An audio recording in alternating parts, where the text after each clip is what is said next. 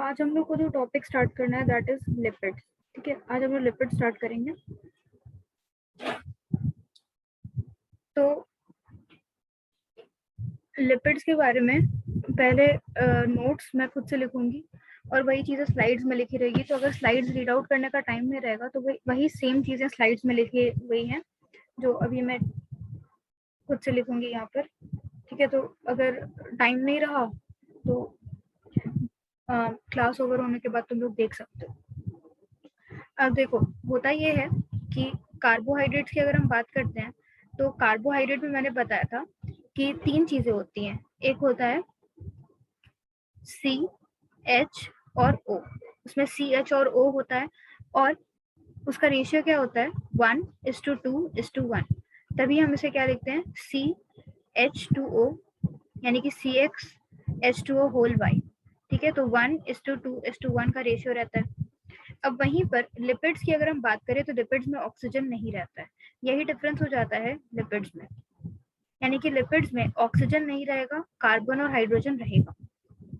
ठीक है, तो इसे हम कहते हैं ऑक्सीजन डेफिशिएंट कंपाउंड। अब सेकेंडली ये रेशियो में नहीं रहेगा, रेशियो अलग हो सकता है। ठीक है, तो उसमें बस तुम्हें ये याद रखना है कि लिपिड्स में सी और एच सिर्फ रहेगा, ऑक्सीजन नहीं रहेगा, इसीलिए हम इसे ऑक्सीजन डेफिशिएंट कंपाउंड बोलते हैं। अब देखो, होता क्या है कि कार्बोहाइड्रेट जब हम खाते हैं, जब हम भी कार्बोहाइड्रेट की इनटेक करते हैं तो इसका ऑक्सीडेशन होता है, और इसका ऑक्सीडेशन जब होता है तो उसे हम कहते हैं सिंपल ऑक्सीडेशन। और उससे जो एनर्जी हमें मिलती है वो है 1 ग्राम से हमें मिलती है 4 किलो कैलोरीज। वहीं पे अगर हम लिपिड्स इनटेक करें, लिपिड्स जैसे कि फैट्स, ठीक है, फैट्स जो होते हैं डेरिवेटिव होते हैं लिपिड्स के, तो फैट अगर हम इनटेक करेंगे तो उस केस में हमें 1 ग्राम से लगभग 9.5 किलो कैलोरीज एनर्जी मिलती है। अब देखो, तुम्हें ये डेटा याद करने की जरूरत नहीं है, मैं कुछ समझा रही हूँ इसलिए बस बता रही हूँ।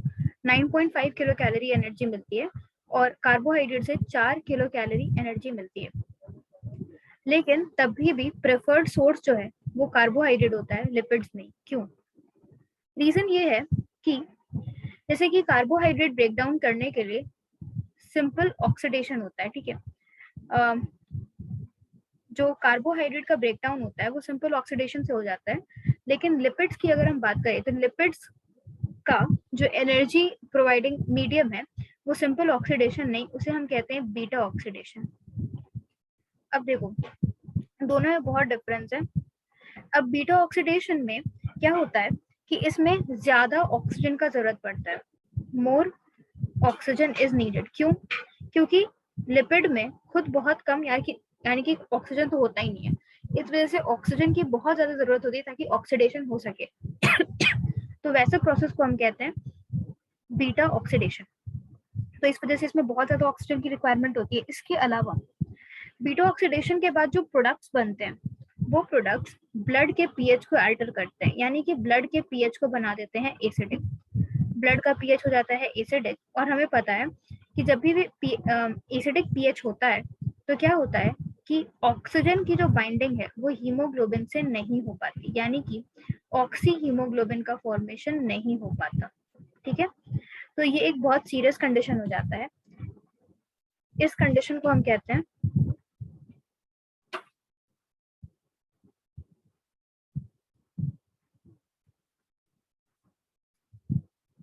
कीटोसिस। ठीक है, इस कंडीशन को हम कहते हैं कीटोसिस। तो इस वजह से क्या होता है कि ऑक्सीजन की कमी भी होती है, तो ये इसे हम कहते हैं हाइपोक्सिया, और कंडीशन को हम कहते हैं कीटोसिस। तो ये एक बहुत ही जब एनर्जी मिलना तो ठीक है कि एनर्जी बहुत ज्यादा मिल रही है फैट से, लेकिन बात ये है कि इसके अलावा बहुत सारे डीमेरिट्स हैं जो कि कार्बोहाइड्रेट में नहीं है। ऑल्दो एनर्जी कम है लेकिन कार्बोहाइड्रेट में कोई भी डीमेरिट नहीं है। इस वजह से क्या होता है कि अगर हम बैलेंस डाइट की बात करें, जब भी हम बैलेंस डाइट लेते हैं तो उसमें carbohydrate is to protein is to fat की अगर हम रेशियो की बात करें तो ये होता है 3:1:1, यानी कि 3 हिस्सा कार्बोहाइड्रेट का होता है और सिर्फ 1 हिस्सा में फैट होती है। ठीक है, अब फैट का जो ऑक्सीडेशन है ये कब होता है? तो जब भी कोई भी इंसान डाइटिंग करता है या फिर फास्टिंग करता है, ठीक है, तो उसके बॉडी में कार्बोहाइड्रेट नहीं रिप्रेजेंट होती, क्योंकि कार्बोहाइड्रेट पूरी तरीके से यूटिलाइज हो जाती है। सबसे पहले कार्बोहाइड्रेट ही यूटिलाइज होती है, फिर जब सब पूरी कार्बोहाइड्रेट खत्म हो चुकी है तो फिर फैट का ऑक्सीडेशन शुरू हो जाता है। ठीक है, उस कंडीशन में जनरली फैट्स जो होते हैं वो एनर्जी प्रोवाइड करते हैं। ठीक है, तो ये बात हुई, ये एक बेसिक ओवरव्यू था। हाँ, बेसिक ओवरव्यू था अबाउट लिपिड्स। इसके बाद हम लोग मेन चैप्टर स्टार्ट करेंगे, अब लिपिड्स में क्या होता है। अब देखो,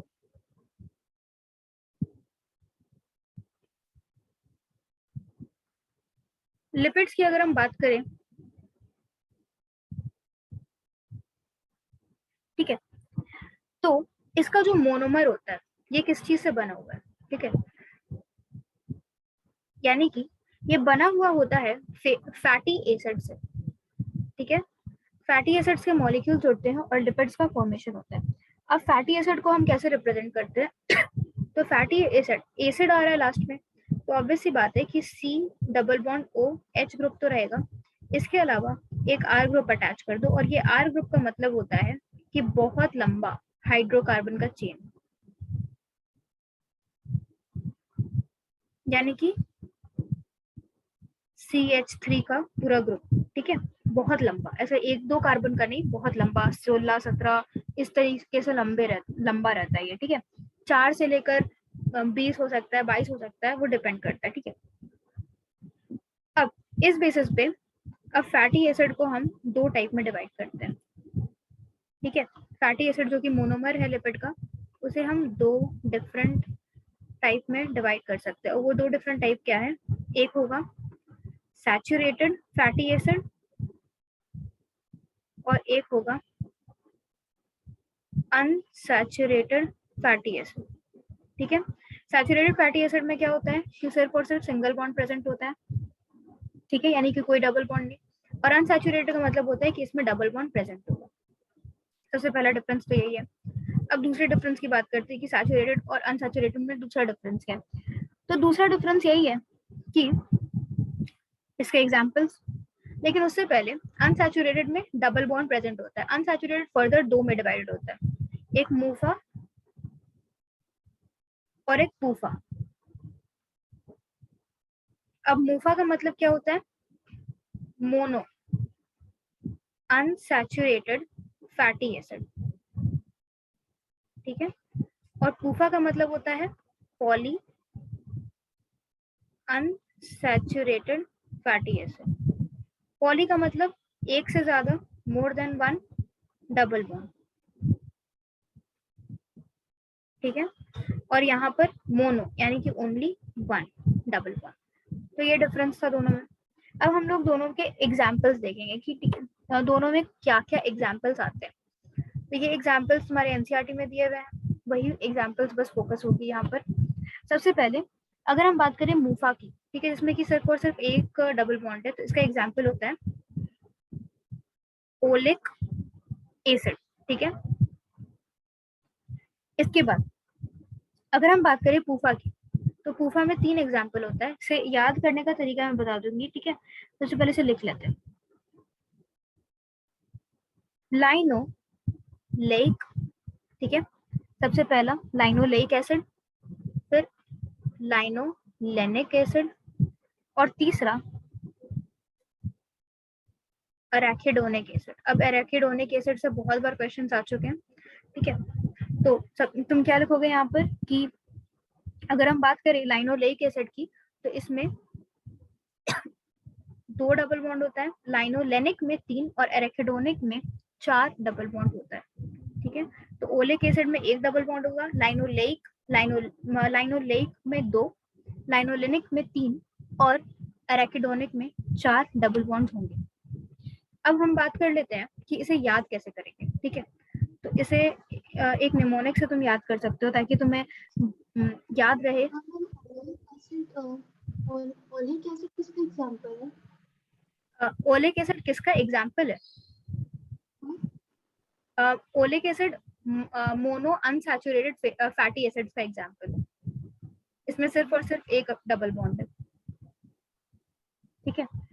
अब इसके बाद हम याद कैसे कर सकते हैं? चलो ओलिक एसिड तुम याद कर लेना कि इसमें एक डबल बॉन्ड है, 2, 3 और 4 किस्में, ये कैसे याद करोगे? तो ऐसे याद करो,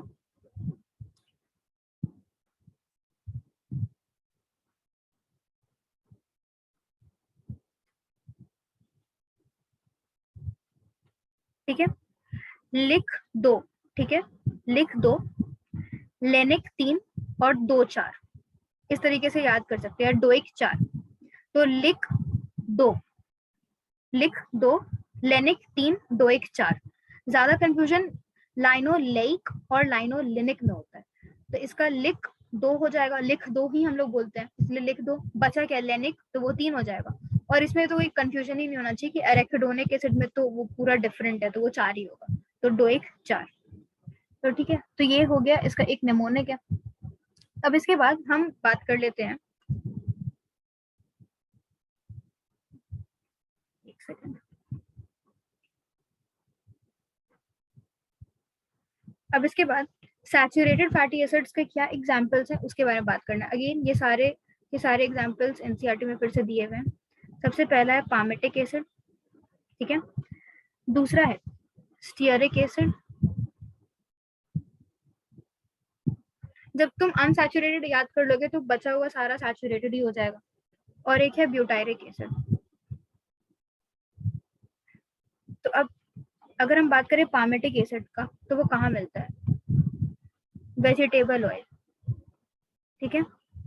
बहुत थर्ड क्लास चीज होती है वेजिटेबल ऑयल, ठीक है। इस तरीके से तुम याद कर सकते हो, जैसे कि वनस्पति घी हो गया, वो बहुत बेकार चीज होता है, वो हमारे हार्ट में जाके डिपॉजिट हो जाता है, इस वजह से ये अब कोई नहीं खाता, जैसे डालडा कोई नहीं खाता है।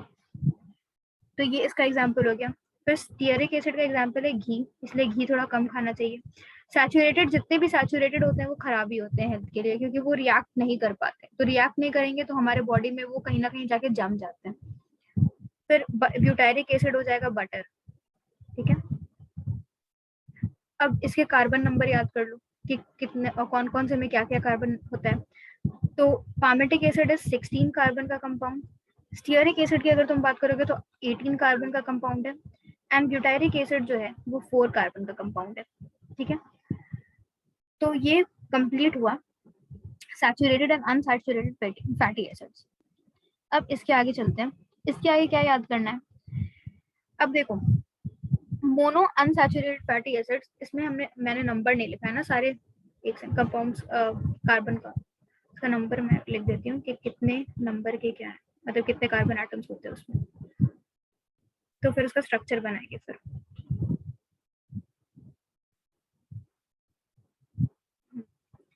अब देखो, अगर हम बात करें, सबसे पहले डबल बॉन्ड वाले की बात कर, मतलब टूफा वाले की बात कर लेते हैं, जिसमें पॉली अनसैचुरेटेड फैटी एसिड आता है, वही इंपॉर्टेंट है। तो लाइनोलेइक एसिड की अगर तुम बात करोगे तो लाइनोलेइक एसिड यानी लिख दो वाले में, उसमें 18 कार्बन है, ठीक है। फिर लाइनोलेनिक जिसमें 3 है, 3 उसमें भी 18 कार्बन है। और अराकिडोनिक एसिड की अगर तुम बात करोगे तो जिसमें कि 4 डबल बॉन्ड है, ये 20 कार्बन का कंपाउंड है, ठीक है। अब पूछा जाता है गुड फॉर हेल्थ क्या है? तो जितने भी अनसैचुरेटेड फैटी एसिड्स हैं, ठीक है, जितने भी अनसैचुरेटेड फैटी एसिड्स होते हैं, they are good for health. इसीलिए ये एक इंडिविजुअल को क्या रखते हैं? हेल्दी रखते हैं, ठीक है। और हैप्पी यानी कि हार्ट को हैप्पी रखते हैं। तो सारा एच एच एच, ठीक है। क्योंकि इसमें डबल बॉन्ड प्रेजेंट है, तो तुम्हें पता होना चाहिए कि डबल बॉन्ड जहां पर प्रेजेंट होता है वहीं पे रिएक्शन पॉसिबल होता है, ठीक है। तो इस वजह से क्या होता है कि रिएक्शन डबल बॉन्ड के अराउंड पॉसिबल होने की वजह से अनसैचुरेटेड फैटी एसिड जो होंगे हमारे बॉडी में कहीं जमा नहीं होंगे, एक्यूमुलेट नहीं होंगे। तो ये हो गया। अब इसके बाद आगे बढ़ते हैं, क्योंकि अनसैचुरेटेड फैटी एसिड हमारे बॉडी के लिए अच्छे होते हैं, तो तुम जब भी मॉड्यूल या तुम्हें जब भी मिले तो इस तरीके से एक फेस बना सकते हो याद रखने के लिए कि हाँ ये अनसैचुरेटेड फैटी एसिड जो है हमारे बॉडी के लिए अच्छे हैं। और इसे तुम इसी बेसिस पे एक और चीज बोलते हो ईएफए। ईएफए का मतलब, ईएफए का मतलब होता है एसेंशियल फैटी एसिड, क्योंकि हमारे बॉडी के लिए एसेंशियल है। ठीक है। अब वनस्पति की जहाँ पे आ रहा है यानी कि सैचुरेटेड फैटी एसिड, वो हमारे बॉडी के लिए अच्छा नहीं होता, इसलिए हम NEFA से बोलते हैं। NEFA का मतलब नॉन एसेंशियल फैटी एसिड। ठीक है। तो इसी टेबल के अंदर पूरा का पूरा चीज समाया हुआ है कि क्या है क्या नहीं है। और इसमें तुम डालडा लिख सकते हो। ठीक है। इसका ब्रांड नेम जिस था रथ, रथ करके कोई ब्रांड नेम चाहता था, तो डालडा इंपॉर्टेंट है, उतना बस याद कर लो काफी। तो ये पूरा टेबल हो गया। ठीक है। अब इसके बाद जो हम पढ़ेंगे दैट इज, इसके बाद हम पढ़ेंगे स्ट्रक्चर। ठीक है। स्ट्रक्चर में ज्यादा कुछ डिटेल में नहीं है, जितना डिटेल में कार्बोहाइड्रेट का था। स्ट्रक्चर इजी है। देखो होता क्या है कि सबसे पहले पामेटिक एसिड का बनाते हैं। ठीक है। पामेटिक एसिड मैंने बताया ऊपर कि ये 16 कार्बन कंपाउंड है, चलो 16 कार्बन का कंपाउंड है। और ये एक क्या है, फैटी एसिड है। मूफा हो, पूफा हो, या फिर सैचुरेटेड फैटी एसिड है तो सारे के सारे फैटी एसिड। और फैटी एसिड का बेसिक स्ट्रक्चर मैंने बताया था कि बेसिक स्ट्रक्चर होता है R, C double bond O और फिर H। और इसमें R वेरिएबल होता है, C double bond OH constant होता है। सबसे पहले C डबल बॉन्ड OH लिख लो। ठीक है। अब ये भी जहाँ पे भी R ग्रुप खत्म होगा लास्ट में एक CH3 होगा, बीच में सारे के सारे CH2 होंगे। ठीक है। अगर तुम इसे बनाओगे तो तुम्हें समझ में आएगा कि CH2 बीच में क्यों होगा। ये COH है। ठीक है। ये मान लो कि एक लंबी सी चेन है। ठीक है। R ग्रुप की, जिसे मैंने इसे रिप्रेजेंट किया। ये लास्ट में एक कार्बन है।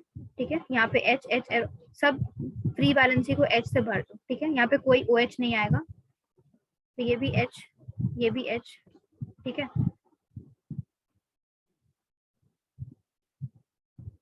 तो ये बीच में तुम देख सकते हो ये सारे C हैं। ठीक है ना, ये कार्बन है, कार्बन है। तो ये सारे के सारे क्या है, CH2 है, CH2⁴N है। और लास्ट वाला हर समय CH3 होता है, फर्स्ट वाला हर समय COH होता है। ठीक है। तो वही मैं बता रही थी। अब अब देखो, स्टीयरिक एसिड 16 कार्बन का है, उसमें से एक कार्बन चला गया COH में, एक कार्बन चला गया CH3 में, बचे कितने, 14। ठीक है। तो CH2 होल 14 लिख दो। ये हो गया पामेटिक एसिड का स्ट्रक्चर। ठीक है। बस यही बताना था तुम्हें। अब इसके बाद एक स्ट्रक्चर तुम लोग अगर बना सको तो वो है स्टीयरिक एसिड का। स्टीयरिक एसिड और ब्यूटायरिक एसिड का बना के बताओ कि कैसा स्ट्रक्चर होता है। स्टीयरिक एसिड 18 कार्बन का कंपाउंड है और ब्यूटायरिक एसिड 4 कार्बन का कंपाउंड है। जिसका हो जाए जल्दी से बता देना।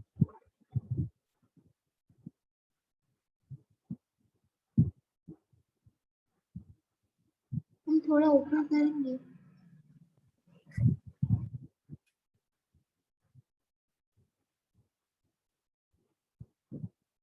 ठीक है।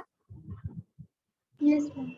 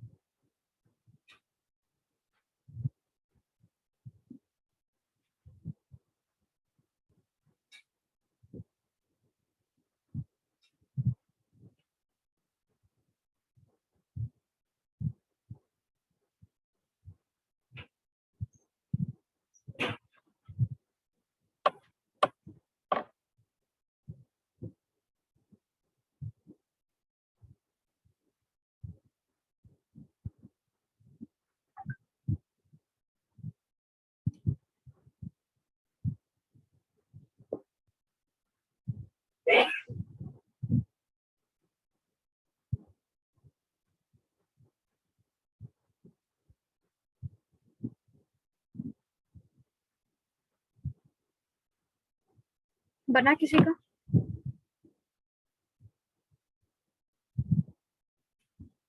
चलो मैं बनाती हूँ। सबसे पहले क्या करोगे? Yes ma'am. हाँ बताओ क्या बना। मैम CH3 CH2 होल 16 और मैम COH। हाँ सही है। तो सबसे पहले तुम COH बनाओगे जिसका नहीं बना, ठीक है। लास्ट में एक CH3 प्लेस करोगे क्योंकि ये दोनों कांस्टेंट है। अब एक कार्बन यहाँ चला गया, एक कार्बन यहाँ चला गया, होना चाहिए था 18 कार्बन, तो 18 माइनस 2 हो गया 16 कार्बन। तो 16 कार्बन कहाँ पे आएंगे? CH2 यहाँ पर, तो यहाँ पर 16 लिख दो, तो यही आंसर हो जाएगा। तो इसका जनरल फॉर्मूला लिख लो। जनरल फॉर्मूला मैं नीचे लिख दूंगी। पहले ब्यूटारिक एसिड का बना लेते हैं। ब्यूटारिक एसिड का क्या आंसर आया? Ma'am CH3 CH2 whole 2 COH। हाँ, तो वही सेम चीज, 2 कार्बन यहाँ चले गए, 4 में से 2 गया, 2 बचा, 2 कार्बन यहाँ पे एडजस्ट कर देना है। तो जनरल फॉर्मूला है इसका CH3 CH2 whole N double bond OH, ठीक है। ये फॉर्मूला है। बस इसमें तुम्हें याद रहना चाहिए, इसका बेसिक चीज ये है कि तुम्हें याद रहना चाहिए कि कितने कार्बन एटम्स हैं, क्योंकि ये कहीं लिखा हुआ नहीं आएगा, ठीक है। तो वो तुम्हें याद होना चाहिए। अब यहाँ तक कंप्लीट हो गया। अब हम लोग बात करेंगे फैट्स की। किसी को कोई दिक्कत होगा तो बीच में पूछ लेना। अब हम लोग बात करेंगे फैट्स की। फैट में क्या होता है कि अगर हम फैट्स की बात करें तो फैट होते हैं डेरिवेटिव ऑफ लिपिड, यानी कि ये लिपिड से ही बनते हैं, ठीक है। Derivative of lipids. अब कैसे तो समझना। होता क्या है कि फैट्स की अगर हम बात करें तो इसका मोनोमर्स क्या होता है? फैट्स का मोनोमर होता है fatty acid plus glycerol. Lipids का मोनोमर क्या था, किसी को पता है? Fatty acid. हाँ, लिपिड का बस फैटी एसिड था। जब फैटी एसिड में ग्लिसरॉल आ गया तो वो फैट बन गया, ठीक है। और वो डेरिवेटिव ऑफ लिपिड है, ठीक है। ऑब्वियस सी बात है कि क्योंकि फैटी एसिड में फैटी एसिड से लिपिड बनता था, ठीक है, और उसमें एक ग्लिसरॉल आ गया तो फैट बन गया। इस वजह से उसे हम डेरिवेटिव ऑफ लिपिड बोलते हैं। तो इस बेसिस पे एक हम ये लाइन बोल सकते हैं। वो लाइन क्या है? ऑल फैट्स आर लिपिड्स, ठीक है, but lipids are not fats, ठीक है। All fats are lipids but lipids are not fats, ठीक है। कोई भी लिपिड, सॉरी, सारे के सारे फैट्स जो होते हैं वो लिपिड होते हैं, लेकिन लिपिड जो होते हैं वो फैट्स नहीं होते। सिंपल सी बात है, क्योंकि फैट्स में फैट तभी बनेगा जब फैटी एसिड में ग्लिसरॉल आएगा, ठीक है। तो ये एक लाइन हम बोल सकते हैं यहाँ से। अब इसके बाद एनसीईआरटी में एक डायग्राम दिया हुआ है जिससे क्वेश्चन आ चुका है नीट में। अगेन 2016 में ही क्वेश्चन आया है, नीट फेज 1 का क्वेश्चन है। मॉड्यूल पलटोगे तो मिलेगा शायद। ग्लिसरॉल, ठीक है। क्वेश्चन क्या था? क्वेश्चन पूछा था, अच्छा क्या पूछा था, चलो मैं बता ही देती हूँ क्या पूछा था, फिर तुम लोग उस चीज को कोरिलेट करना कि तुम्हें समझ में आया कि नहीं ये चीज। अभी पूछा था कि ट्राई हाइड्रोक्सी अल्कोहल किसे कहते हैं? ट्राई हाइड्रोक्सी अल्कोहल किसे कहते हैं? उसका 4 ऑप्शन दे दिया था, ग्लिसरॉल और 3-4 फालतू फालतू ऑप्शन दिया था, इथेनॉल विथेनॉल सब दिया था, इथेनॉल मिथेनॉल एसिटिक एसिड सब दिया हुआ था। आंसर था ग्लिसरॉल, ठीक है। ग्लिसरॉल का स्ट्रक्चर बहुत सिंपलीफाइड था, सबसे सिंपल स्ट्रक्चर ग्लिसरॉल का ही है, एनसीईआरटी में बना हुआ है।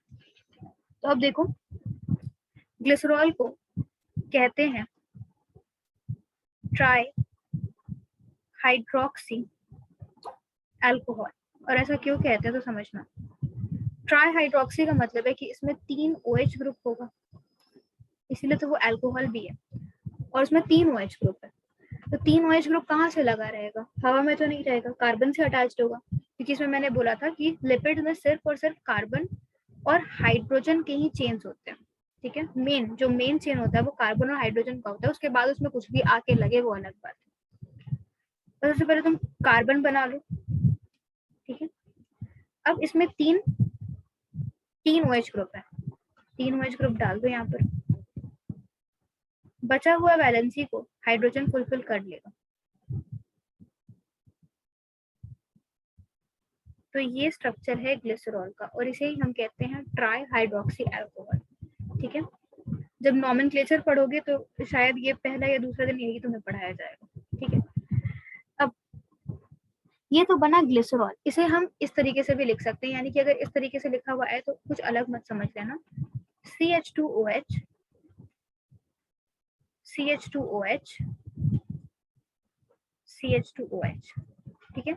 सॉरी देखो यहाँ पर मैंने गलती की, CHOH, क्योंकि यहाँ पर एक ही हाइड्रोजन है, दो इसके 4 वैलेंसी होना चाहिए, 1 2 3 4, ठीक है, इसीलिए एक ही हाइड्रोजन। अब इसके बाद आओ कि ये तो ग्लिसरॉल का स्ट्रक्चर हुआ, लेकिन हम पढ़ तो रहे हैं कुछ और, हम पढ़ रहे हैं क्या, फैट्स। तो ग्लिसरॉल में तुम फैटी एसिड जोड़ोगे तब तो फैट्स बनेगा, तो फैटी एसिड जोड़ दो। कैसे जोड़ोगे बताते हैं, चलो नीचे ही लिख देती हूँ, ऊपर हो नहीं रहा। क्या करो कि वही ग्लिसरॉल का स्ट्रक्चर लिख लो,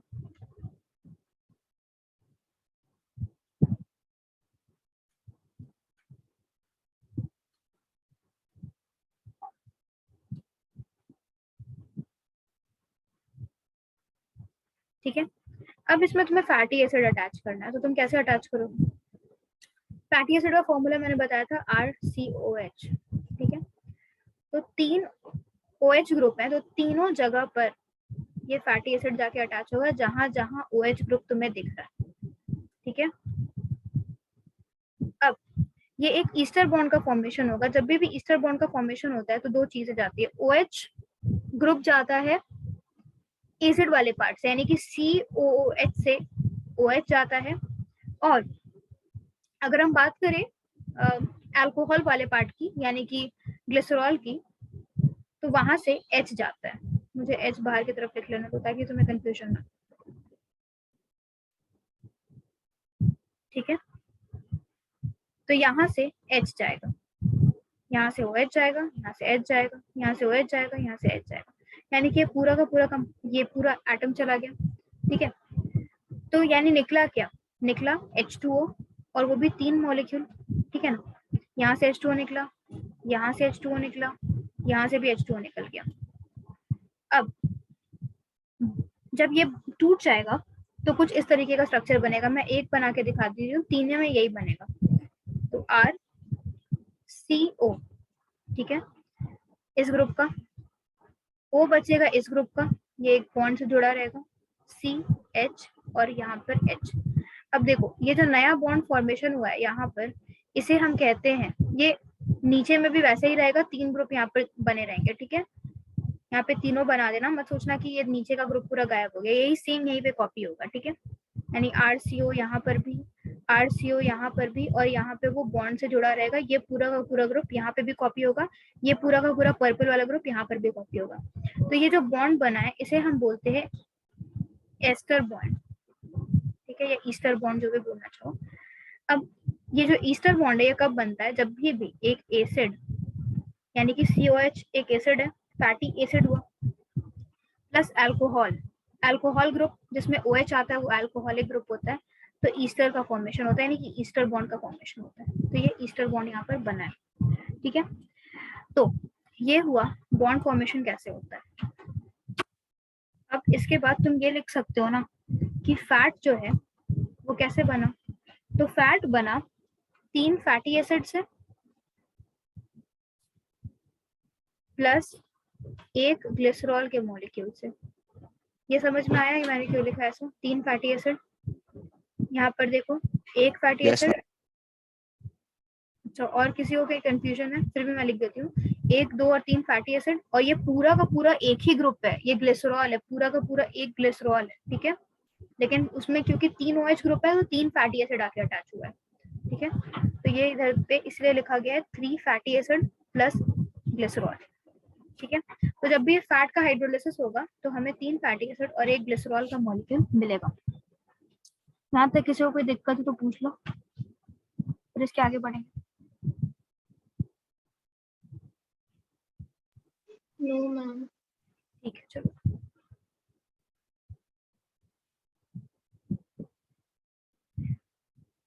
अब इसके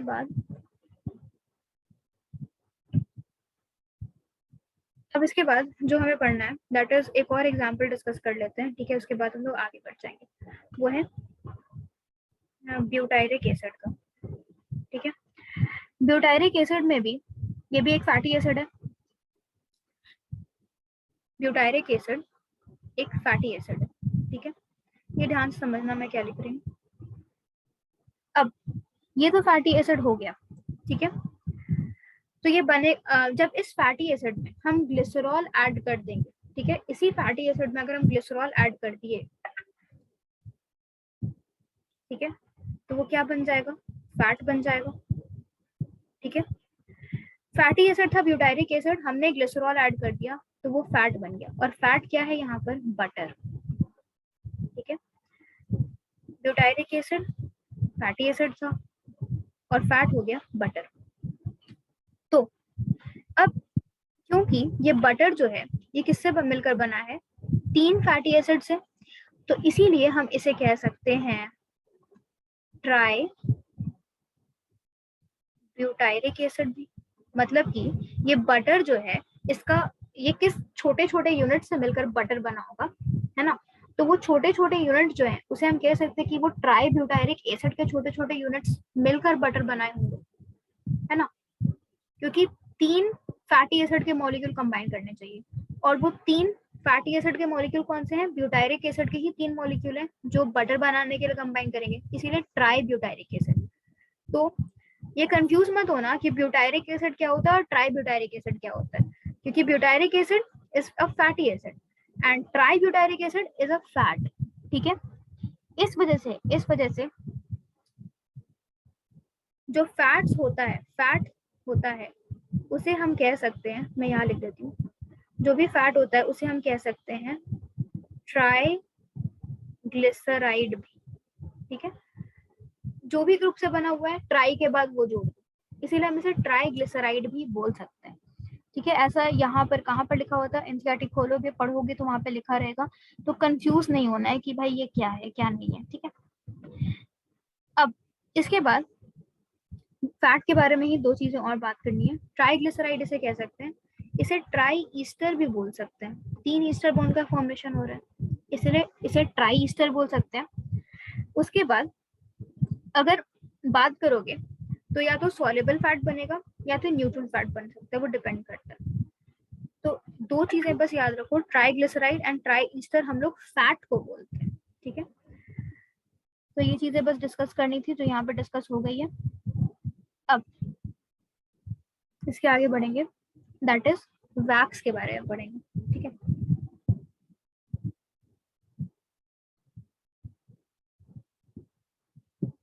वैक्स, अब देखो वैक्स की बात करें, अभी तक हमने बात की, सबसे पहले फिर से मैं रिकैप करा रही हूँ, लिपिड्स बना था फैटी एसिड से, फिर बात किया फैट्स बना फैटी एसिड में ग्लिसरॉल जोड़ के। अब वैक्स की बात करें, वैक्स बनेगा जब हम फैटी एसिड में जोड़ देंगे कुछ और वो कुछ और क्या है, तो वो है मोनोहाइड्रोक्सी अल्कोहल। मोनोहाइड्रोक्सी अल्कोहल का मतलब क्या होता है कि उसमें सिर्फ और सिर्फ एक OH ग्रुप प्रेजेंट होगा। जैसे ग्लिसरॉल को हमने क्या बोला था, try hydroxy alcohol, 3 OH group present है, इसीलिए तो ये मोनो है, यानी कि एक OH ग्रुप सिर्फ प्रेजेंट होगा, ठीक है, 1 OH ग्रुप। और फैटी एसिड तो तुम्हें पता ही है, तो अगर एक OH ग्रुप प्रेजेंट होगा तो इसका स्ट्रक्चर कुछ इस तरीके से होगा, HOR यानी कि ROH, ठीक है। R मतलब कि हाइड्रोकार्बन ग्रुप है, वो कितना भी नंबर का हो सकता है, ठीक है। और अगर एक OH ग्रुप है तो इसके सामने एक ही इंसान को खड़ा करोगे, मतलब एक ही फैटी एसिड को खड़ा करोगे, उससे ज्यादा तो मत खड़ा करना, ठीक है। तो यहाँ से जाएगा OH, यहाँ से जाएगा H, दोनों जब बन जाएंगे तो निकल जाएगा एक वाटर मॉलिक्यूल, ठीक है। एक वाटर मॉलिक्यूल निकल गया तो बनेगा क्या, आर, मैं इससे रुको आर सी ओ ईस्टर बॉन्ड ओ आर, ये अल्कोहल वाला पार्ट था, ये एसिड वाला पार्ट था, बीच में ये वाला बॉन्ड बना, it is known as again ester bond. क्यों? क्योंकि ये एसिड है, ये अल्कोहल है, बनेगा एस्टर बॉन्ड, है ना, ये पता है, ऊपर में मैंने बताया था। तो ये बातें हो गई यहाँ पर। अब मैं एक क्वेश्चन पूछूंगी, उसका आंसर तुम लोग गेस करना, ठीक है? मुझे नहीं पता, तुमने बहुत लोगों ने पहले भी पढ़ रखी है चीजें केमिस्ट्री की क्लास 10 में। दो चीजें हैं, एक है मोनोईस्टर, इसे मोनोईस्टर कह सकते हैं क्या? Yes ma'am. Yes ma'am. सही है। अब इसे मोनोग्लिसराइड कह सकते हैं।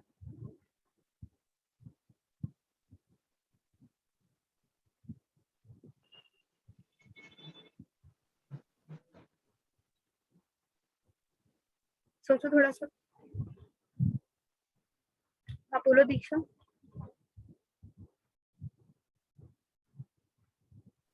Yes ma'am. दीक्षा तुम क्या बोलोगे? यस हम कह सकते हैं। इसे मोनोग्लिसराइड नहीं कहेंगे, ठीक है, क्योंकि इसमें ग्लिसरॉल का कोई, ग्लिसरॉल हमने यूज किया है क्या जिसे हम ग्लिसराइड कहें, ठीक है? तो यहाँ पे तो एक सिंपल मोनोहाइड्रोक्सी अल्कोहल यूज हुआ है ना, इस वजह से इसे ग्लिसराइड नहीं कहेंगे। तो यही एक इम्पोर्टेंट पॉइंट था, कभी भी इसे मोनोग्लिसराइड मत कहना। Glyceride word is always used for fats, ठीक है? तो ये बात हुई वैक्सेस की। तो हमें आज यही तक बात करनी थी। अब ऊपर में अगर तुम स्लाइड्स में जाओगे, ठीक है, आज तुम लोग का तो शायद क्लासेस भी थे ना? Yes ma'am. Yes ma'am. तो ये ऊपर स्लाइड्स जब तुम पढ़ोगे तो वही सारी चीजें लिखी हुई हैं, ठीक है? जैसे कि लिपिड से, इस बार स्लाइड यहीं से स्टार्ट है, ठीक है, यहाँ से नीचे की तरफ तुम लोग बढ़ोगे। एक सेकंड बस रुक जाओ, यहाँ पे 2 स्लाइड्स कॉपी है, ठीक है? तो वही लिपिड्स का देख लो, डेफिनेशन दिया हुआ है, lipids are of 3 type, simple lipids, ये चीज मैंने नहीं बताई है।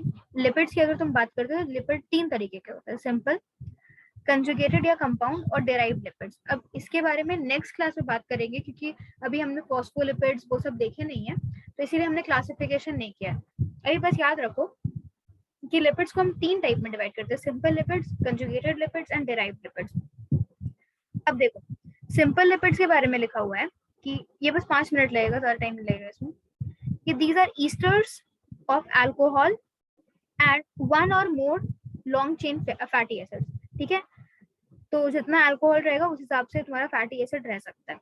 अब इसके 2 एग्जांपल हैं, एक ग्लिसराइड्स, ग्लिसराइड्स का मतलब फैट्स, ठीक है, और वैक्सेस, दोनों डिस्कस कर लिए हमने। यानी तुम क्या करोगे कि दोनों के ऊपर लिखोगे, जब भी अपना नोट्स बनाओगे तो याद रखोगे कि फैट हो या वैक्सेस हो, दोनों के दोनों सिंपल लिपिड में आएंगे, ठीक है? यानी कल हमें डिस्कस करना है कंजुगेटेड और डेराइव्ड लिपिड्स, ठीक है? तो आज जो हमने डिस्कस किया वो सिंपल लिपिड्स बस किया है। तो फिर देखो, ये ग्लिसराइड यानी कि फैट्स, ठीक है, सॉरी मैंने उल्टा बोल दिया। ग्लिसराइड्स की अगर हम बात करें तो ये ईस्टर्स होते हैं फैटी एसिड और ग्लिसरॉल के, तभी ग्लिसराइड्स बनेंगे।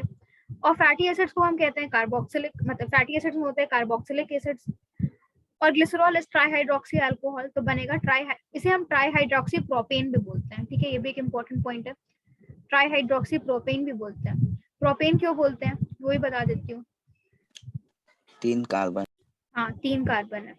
दीक्षा तुम्हें समझ में आया प्रोपेन क्यों बोलते हैं? यस मैम समझा। ठीक है, अब इसी के बारे में फिर दिया हुआ है, मोनोग्लिसराइड्स कब बनेगा, जब एक फैटी एसिड रहेगा। डाइग्लिसराइड कब बनेगा, जब 2 फैटी एसिड रहेगा।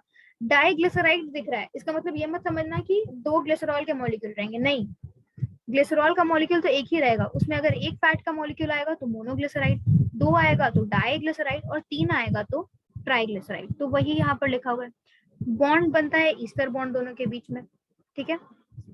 अब वही डायग्राम जो मैंने वहां पर नीचे में बताया था कि ईस्टर बॉन्ड कैसे बनता है, वही यहाँ पर लिखा हुआ है। अब ट्राइग्लिसराइड्स को 2 पार्ट में डिवाइड कर दिया, सैचुरेटेड को हम बोलते हैं फैट्स और अनसैचुरेटेड को हम कहते हैं ऑयल्स, ठीक है? ये 2 पार्ट में डिवाइड हो गया।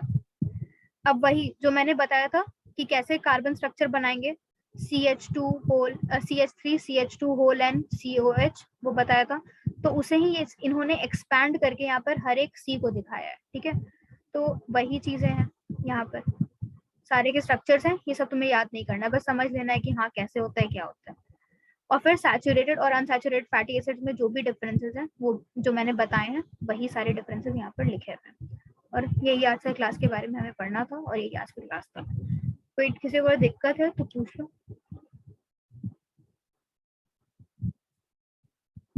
हाँ, हम पूरे कंफ्यूज हो गए हैं कार्बोहाइड्रेट ये सब पढ़ के, ये मतलब बायोमोलिक्यूल्स में।